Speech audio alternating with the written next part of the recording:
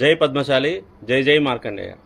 ఈరోజు హైదరాబాదులో పద్మశాలీల మహాసభలు నిర్వహించడం జరిగింది. ఈ మహాసభలు నిర్వహించడం అనేది పద్మశాలీల ఐక్యత కోసం అని చెప్పేసి అనేది గర్వకారంగా చెప్పుకోవచ్చు. ఓకే, ఇంతటికి ఓకే. కానీ ముఖ్యమంత్రి ఒక ముఖ్య అతిథిగా వచ్చి ఈరోజు పద్మశాలీల ఆత్మగౌరవాన్ని దెబ్బతీసేలాగా అక్కడ ప్రవర్తించడం జరిగింది. మన పద్మశాలి సంఘంలోకి మనం చెప్పులేసుకునే వెళ్ళాము. అలాంటిది మన పద్మశాలి కులదైవమైన చేనేత మొగ్గం పైనకు షూ వేసుకొని అక్కడ ఆయన వెళ్ళడం అనేది దేనికి సంకేతం? పద్మశాలీల ఆత్మగౌరవాన్ని కించపరిచే విధంగా, పద్మశాల ఆత్మగౌరవాన్ని దెబ్బతీసే విధంగా పద్మశాలీలు ఎప్పుడు కూడా, బీసీలు ఎప్పుడు కూడా ఈ మా బూట్ల కిందనే, మా కిందనే, వాళ్లకు రాజకీయం కానీ ఎలాంటిది చేత కాదని చెప్పేసి ఇదివరకే అన్నారు. అలాగా ఇప్పుడు కూడా వారి ప్రవర్తన ఉంది. ఈ ప్రవర్తనను మార్చుకొని పద్మశాలీలకు బహిరంగ క్షమాపణ చెప్పాలని చెప్పేసి కోరుకుంటున్నాను.